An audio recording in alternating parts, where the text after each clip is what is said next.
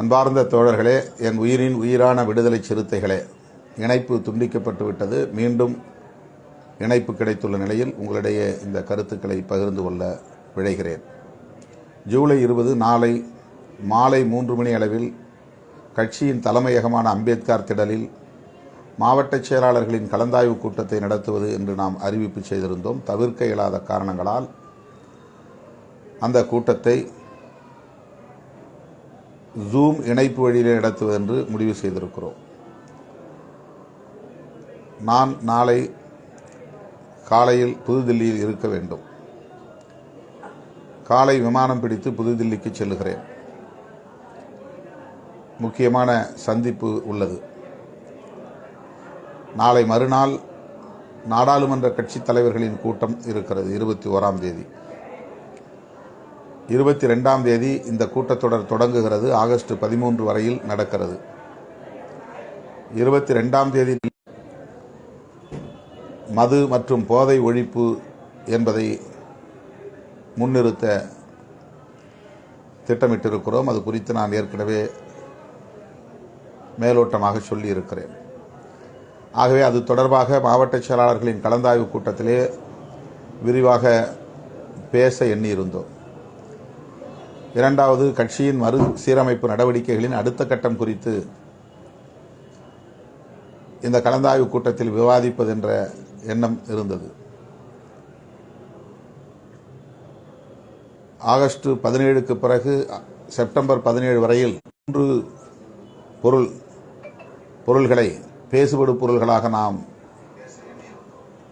முன்வைத்து இந்த கலந்தாய்வு கூட்டத்தை நடத்த எண்ணியிருந்தோம். நேரடியாக ஒவ்வொருவரின் கருத்தையும் கேட்பதுதான் சாலச் சிறந்தது. ஆனால் தவிர்க்க முடியாத நிலையில் நான் புதுதில்லிக்கு செல்லவிருப்பதனால் இந்த கூட்டத்தை நாளை மாலை 3 மணி அளவில் ஜூம் இணைப்பு வழியாக நடத்த திட்டமிட்டிருக்கிறோம். தோழர்கள் நாளை மாலை 3 மணி அளவில் அவரவர் மாவட்டங்களில் இருந்தவாறே, இல்லங்களில் இருந்தவாறே ஜூம் இணைப்புக்கு வர வேண்டும் என்று நான் அழைப்பு விடுக்கிறேன். இந்த 3 பொருள்கள் குறித்து நாம் பேச இருக்கிறோம். நாளை மறுநாள் 21ஆம் தேதி காலை நாடாளுமன்ற கட்சித் தலைவர்களின் கூட்டம் முடிந்துவிடும். மாலை 3 மணி அளவில் மாநில பொறுப்பாளர்கள், மண்டல பொறுப்பாளர்கள் பங்கேற்கிற ஜூம் இணைப்பு கூட்டத்தை ஜூம் இணைய வழியாக இந்த கலந்தாய்வு கூட்டத்தை நடத்தலாம். அதனை ஒரு அறிவிப்பாக நான் செய்கிறேன். அது 2 நாள் ஜூம் இணைய வழி கலந்தாய்வு கூட்டம் நடைபெறுகிறது. ஜூலை 20ஆம் தேதி மாவட்ட செயலாளர்கள் மட்டுமே பங்கேற்கிற கலந்தாய்வு கூட்டம்.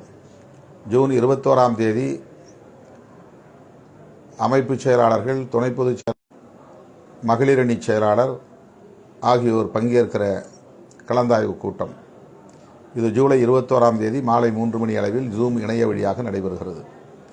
இதே பொருள்கள் தான் 3 பொருள்களும் பேசுபடு பொருள்களாக எடுத்துக்கொள்ள இருக்கிறோம்.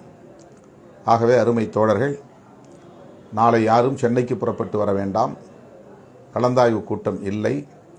நேரிலே தலைமையகத்திலே நடத்துவதாக இருந்த கூட்டம் இணைய வழி கூட்டமாக மாற்றி அமைக்கப்படுகிறது. இந்த தகவலை பகிர்ந்து கொள்கிற அதே வேளையில் இன்னொரு வேண்டுகோளை, அனைவரையும் கைது செய்ய வேண்டும் என்பதுதான் விடுதலை சிறுத்தைகளின் நிலைப்பாடு.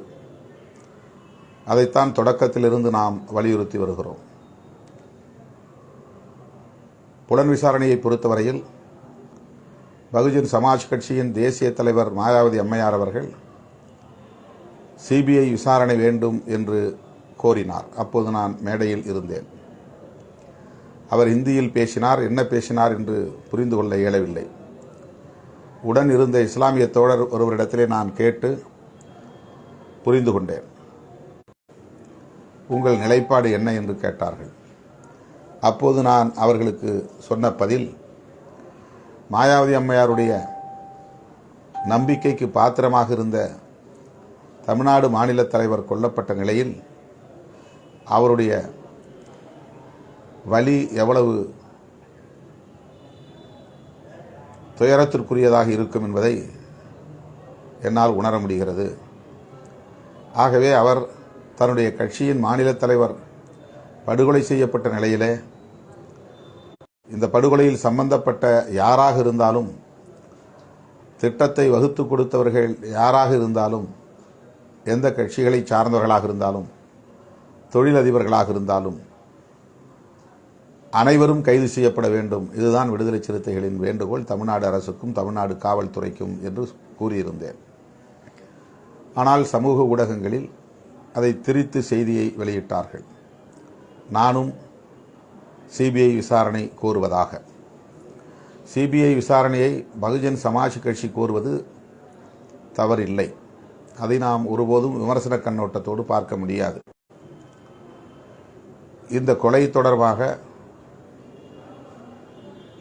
காவல்துறை மெத்தனமாக இருந்துவிடக்கூடாது. சரண்டரானவர்கள் மட்டுமே குற்றவாளிகள் என்று கருதிவிடக்கூடாது. இதற்கு பின்னால் இருந்து செயல்பட்டவர்கள் பெரிய சக்திகளாகத்தான் இருக்க முடியும். இந்த சம்பவத்திற்கு பல கோடிகள் செலவழிக்கப்பட்டிருக்க வாய்ப்பு இருக்கிறது. அவ்வளவு பெரிய தொகையை இதற்கு செலவு செய்ய யார் பின்னால் இருந்து திட்டம், ஏற்கனவே முதல்வரை சந்திப்பதற்கு பல்வேறு காரணங்களுக்காக இசைவு கேட்டிருந்தோம். தள்ளி போய்கொண்டே இருந்தது.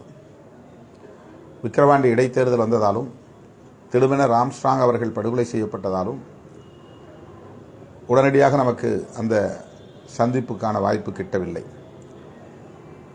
தருமபுரி நிகழ்ச்சியை முடித்துவிட்டு அவர் சென்னை திரும்பிய பின்னர் தொடர்பு கொண்டபோது உடனே சந்திப்பதற்கான அனுமதி கிடைத்தது. அப்போது நாம் வேறு சில கோரிக்கை மனுக்களையும், ஏற்கனவே தயாரித்து வைத்திருந்த மனுக்களையும் சமர்ப்பித்தோம். அத்துடன் ஆம்ஸ்ட்ராங் அவர்களின் படுகொலையில் தொடர்புடைய அனைவரையும் கைது செய்ய வேண்டும், புலன் விசாரணை அந்த அளவுக்கு தீவிரமாக நடத்தப்பட வேண்டும் என்பதை வலியுறுத்தி கடிதமாகவும் கொடுத்தோம், நேரிலும் சொன்னோம். ஆனால் சமூக ஊடகங்கள் நம்முடைய நிலைப்பாட்டை நாம் மாற்றிக்கொண்டதைப் போலவும், திமுக அரசுக்கு சாதகமாக நாம் செயல்படுவதைப் போலவும் கருத்தை திரித்து தொடர்ந்து பரப்பிக் கொண்டிருக்கிறார்கள். பாஜகவினரும் பாமகவினரும் சிபிஐ விசாரணை வேண்டும் என்று கேட்கிறார்கள். அது அவர்களது உரிமை. அதற்கு அவர்கள் சொல்லுகிற விளக்கம் தமிழ்நாடு போலீசின் மீது நம்பிக்கை இல்லை என்பதாகும். அவர்களுக்கு தமிழ்நாடு போலீசின் மீது நம்பிக்கை இல்லை என்று சொல்லுவதிலே, அவ்வாறு நம்பிக்கை இல்லாமல் இருப்பதிலே தவறில்லை. அவர்களுக்கு தமிழ்நாடு போலீசின் மீது நம்பிக்கை இல்லை என்கிற போது நாம் சிபிஐ மீது எப்படி நம்பிக்கை கொள்ள முடியும்? சிபிஐ விசாரணையை எப்படி நேர்மையான விசாரணை நடத்தி உண்மையான குற்றவாளிகளை கண்டுபிடித்து விடும் என்று நம்ப முடியும்? ஏற்கனவே பல வழக்குகளில் சிபிஐ தோல்வி அடைந்திருக்கிறது அல்லது கிடப்பில் போட்டிருக்கிறது. பல வழக்குகளை, குறிப்பாக சென்னை உயர்நீதிமன்ற மூத்த வழக்குரைஞர் சங்கரசுப்பு அவர்களின் மகன் கொல்லப்பட்ட வழக்கு பல ஆண்டுகள் ஆகியும், சிபிஐ விசாரணை மேற்கொள்ளப்பட்டு சில ஆண்டுகள் ஆகியும் இன்னும் குற்றவாளிகள் யார் என்று கண்டுபிடிக்கப்படவில்லை. வழக்கு அப்படியே நிலுவையில் கிடக்கிறது. கோகுல்ராஜ் கொலை வழக்கை தொடர்ந்து அதனை விசாரித்துக் கொண்டிருந்த பெண் காவல் அதிகாரி விஷ்ணுபிரியா டிஎஸ்பி தற்கொலை செய்து கொண்டார் என்று செய்திகள் வெளியாகின. அது தற்கொலை இல்லை, தற்கொலைக்கு தூண்டப்பட்டிருக்கிறார், அதற்கு பின்னணியில் பல சதிகள் இருக்கின்றன என்று அவருடைய தந்தை புகார் கொடுத்தார். அதன் அடிப்படையில் அது சிபிஐ விசாரணைக்கு மாற்றப்பட்டது. ஆனால் இதுவரையில் குற்றவாளிகள் யார் என்று கண்டுபிடிக்கப்படவில்லை. அந்த வழக்கு அப்படியே கிடப்பில் போடப்பட்டிருக்கிறது. திமுகவில் மிக வலிமையான அமைச்சர், மூத்த அமைச்சர் KN நேரு அவர்களின் உடன் பிறந்த தம்பி ராமஜெயம் படுகொலை செய்யப்பட்ட வழக்கும் சிபிஐ விசாரணையில் தான் இருக்கிறது. சிபிஐ விசாரணைக்கு எடுத்து சில ஆண்டுகள் ஆகிவிட்டன. ஆனால் இன்னும் அந்த வழக்கிலே குற்றவாளிகளை அவர்களால் கண்டறியப்பட முடியவில்லை. ஆகவே சிபிஐயிடம் ஒப்படைத்து விட்டால் உடனே உண்மையான குற்றவாளிகளை கண்டுபிடித்து விடுவார்கள் என்று நம்புவதற்கு ஏதும் இல்லை. இயக்கத்தின் தொடக்க காலங்களில் நாம் கூட அடிக்கடி மையப்புலனாய்வு விசாரணை கோரி பல ஆர்ப்பாட்டங்களை நடத்தியிருக்கிறோம். மையப்புலனாய்வு விசாரணை நடத்த வேண்டும் என்றால் அதற்கு மாநில அரசின் இசைவு தேவை. மாநில அரசுகள் பொதுவாக தங்கள் காவல்துறையின் மீதான நம்பகத்தன்மை பாதிக்கப்பட்டுவிடும் என்பதால் மையப்புலனாய்வு விசாரணைக்கு ஒப்புக்கொள்ள மாட்டார்கள். மிக மிக உணர்வுபூர்வமான சில வழக்குகள், சென்சிட்டிவ் கேசஸ், அது மாநில அளவில் விவாதிக்கப்படக்கூடிய பெரிய வழக்குகள் நீதிமன்றத்தின் மூலம் ஆணையை பெற்று மாற்றப்பட்டிருக்கிறது. 1-2 வழக்குகள் தான் தமிழ்நாடு அரசு அனுமதி அளித்து சிபிஐ விசாரணை நடத்தப்பட்டிருப்பதாக சொல்லப்படுகிறது. ஆகவே சிபிஐ விசாரணை கோருவது தவறல்ல. ஆனால் கோருகிறவர்கள் வைக்கிற விமர்சனங்கள் என்பதுதான் இங்கே கவனத்திற்குரியதாக இருக்கிறது. அவர்களுக்கு திமுக மீது அல்லது திமுக அரசு மீது விமர்சனங்கள் இருப்பதிலே, விமர்சனங்களை வைப்பதிலே கருத்துரிமை இருக்கிறது, வைக்கலாம்.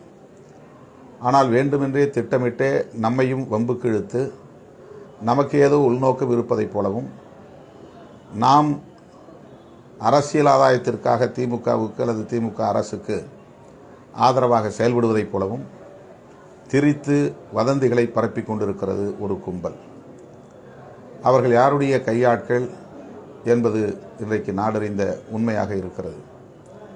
இவ்வாறான நிலையில் அவர்களின் நோக்கம் என்ன என்பதை தயவு கூர்ந்து நாம் புரிந்து கொள்ள வேண்டும். நம்மிடையிலே, நம்முடைய நிலைப்பாட்டிலே எந்த குழப்பமும் கிடையாது.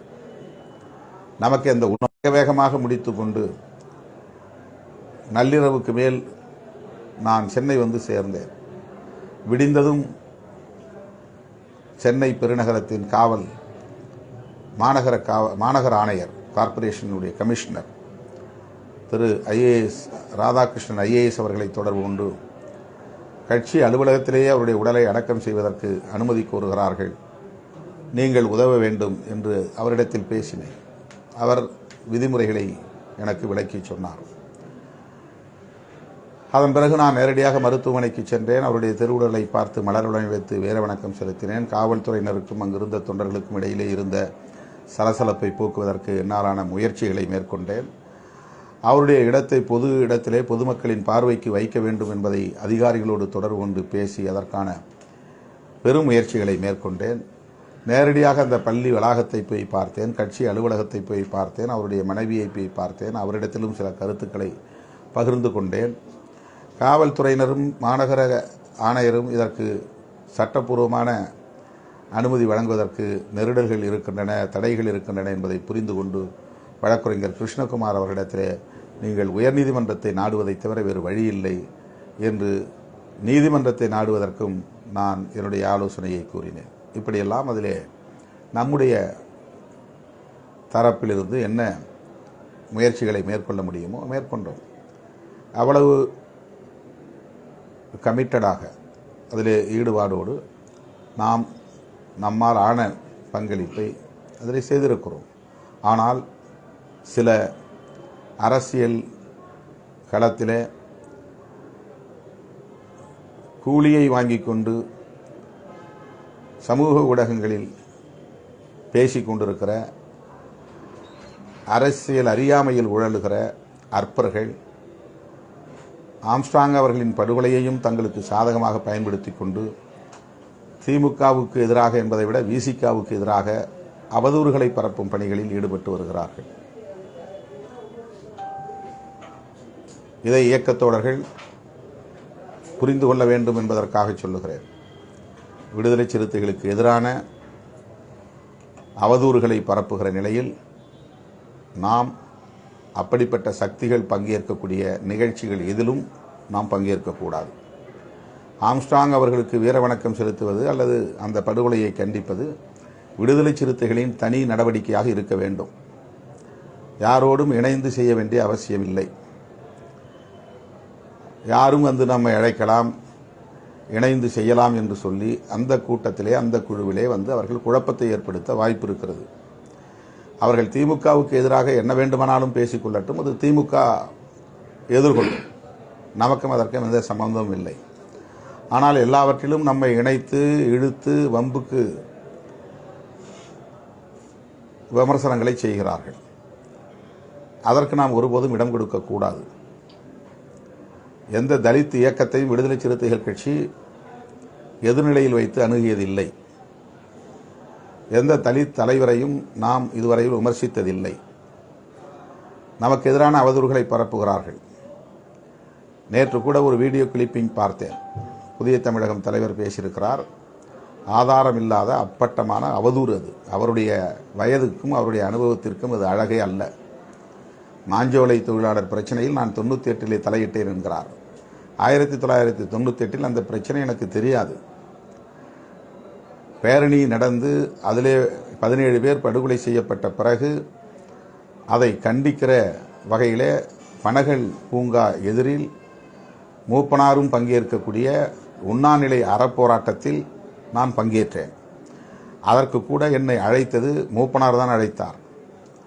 மூப்பனாருடைய தூதுவர்களாக திரு KS அழகிரி அவர்களும் பீட்டர் அல்போன்ஸ் அவர்களும் கோபண்ணா அவர்களும் வந்து என்னை நேரிலே சந்தித்து, இந்த பிரச்சனை நீங்களும் பங்கேற்க வேண்டிய மிக முக்கியமான பிரச்சனை, மூப்பனார் வந்து உங்களை அழைத்து வர சொன்னார் என்று சொன்ன நிலையில்தான் நான் அந்த நிகழ்ச்சியிலேயே போய் பங்கேற்கக்கூடிய ஒரு வாய்ப்பு அமைந்தது. ஆனால் அவர் சொல்லுகிறார், 1998 நான் போய் அங்கு குழப்பத்தை ஏற்படுத்தினேன் என்று 100 விழுக்காடு வடிகட்டிய பொய். அது ஜம்மு காலத்தில் வடிகட்டிய பொய் என்று சொல்வார்களே, அப்படிப்பட்ட பொய் அது. அப்படி நான் எதிலும் தலையிடவில்லை. இதுபோல பல அவதூறுகளை சிலர் திட்டமிட்டு பரப்புகிறார்கள். ஆம்ஸ்ட்ராங் படுகொலை வழக்கிலும் நம் மீது சேறுவாரி பூசுவதற்கு, களங்கத்தை ஏற்படுத்துவதற்கு முயற்சிக்கிறார்கள். திமுகவையும் திமுக அரசையும் எதிர்ப்பதற்கும் விமர்சிப்பதற்கும் விடுதலை சிறுத்தைகள் போன்ற இயக்கம் துணை நிற்க வேண்டும் என்கிற தேவை எதுவும் கிடையாது. ஆனால் நம்மை அவர்கள் குறிவைத்து அவதூறு பரப்புவதில் ஒரு அரசியல் உள்நோக்கம் இருக்கிறது. ஆகவே ஆம்ஸ்ட்ராங் அவர்கள் படுகொலை செய்யப்பட்ட சூழலில் அவர் குடும்பத்திற்கு நீதி வேண்டும் என்பதுதான் நம்முடைய நோக்கம். உண்மை குற்றவாளிகள் அனைவரும் கைது செய்யப்பட வேண்டும் என்பதுதான் நம்முடைய கோரிக்கை. அதிலிருந்து ஒருபோதும் நாம் பின்வாங்கப் போவதில்லை. திமுகவும் திமுகவில் உள்ள கூட்டணி கட்சிகளும் என்ன நினைத்துக் கொள்வார்களோ என்றெல்லாம் ஒருபோதும் நாம் தயங்கியதில்லை. மக்களுக்கான பிரச்சனை என்று வருகிற போது மக்கள் பக்கம் நின்றுதான் எல்லா முடிவுகளையும் நாம் எடுத்திருக்கிறோம். திமுக கூட்டணியில் இருந்து கொண்டே ஈழத்தமிழர் பிரச்சனையில் எதிரணியில் இருந்தவர்களோடு பயணப்பட்ட இயக்கம் விடுதலை சிறுத்தைகள் கட்சி. திமுக கூட்டணியில் இருந்து கொண்டே இந்த 3 ஆண்டுகளில் 10க்கும் மேற்பட்ட போராட்டங்களை நடத்தியிருக்கிற கட்சி விடுதலை சிறுத்தைகள் கட்சி. திமுக கூட்டணியில் இருந்து கொண்டே கள்ளக்குறிச்சியில் நடந்த நச்சு சாராய சாவுகளை கண்டித்து ஒரு மாபெரும் ஆர்ப்பாட்டத்தை நடத்தியதோடு மதுக்கடைகளை மூட வேண்டும், இந்திய அளவில் தேசிய மதுவிலக்கு கொள்கையை நடைமுறைப்படுத்த வேண்டும் என்று வலியுறுத்திய கட்சி விடுதலை சிறுத்தைகள் கட்சி. ஆகவே நம்மை வேண்டுமென்றே ஏதோ நமக்கு சொந்த புத்தி இல்லை, சொந்த கால் இல்லை என்பதைப் போல சில அற்பர்கள் அவதூறுகளை பரப்பிக் கொண்டிருக்கிறார்கள். இதற்கு நாம் ஒருபோதும் இடம் கொடுக்கக்கூடாது. நம்மை வைத்துக்கொண்டு நம்மோடு நின்று கொண்டு இந்த கூட்டணிக்கு எதிராக, திமுக அரசுக்கு எதிராக தேவையற்ற முழக்கங்களை எழுப்புகிற கும்பல் ஏராளம் இருக்கிறார்கள். ஆகவே விடுதலை சிறுத்தைகள் தனித்து எந்த இயக்கத்தையும் மேற்கொள்ளலாம், நிகழ்ச்சியை நடத்தலாம், நினைவேந்தல் நிகழ்ச்சி நடத்தலாம், போராட்டங்களை நடத்தலாம். இதை நான் ஒரு வேண்டுகோளாக உங்களுக்கு வைத்துக்கொள்ள கடமைப்பட்டிருக்கிறேன். இது நம்முடைய கட்சியின் தனித்துவத்தை எந்த வகையிலும் பாதிக்கக்கூடாது என்கிற பொறுப்புணர்வில் இருந்து இந்த கருத்தை நான் முன்வைக்கிறேன். ஆகவே விடுதலை சிறுத்தைகளுக்கான தனித்துவத்தை கட்டி காப்பாற்றுவதற்குரிய வகையில் கவனமாக இருக்க வேண்டும் என்பதை ஒரு வேண்டுகோளாக வைத்து அதற்கேற்ப செயல்பட வேண்டும் என்று கேட்டுக்கொண்டு முடிக்கிறேன்.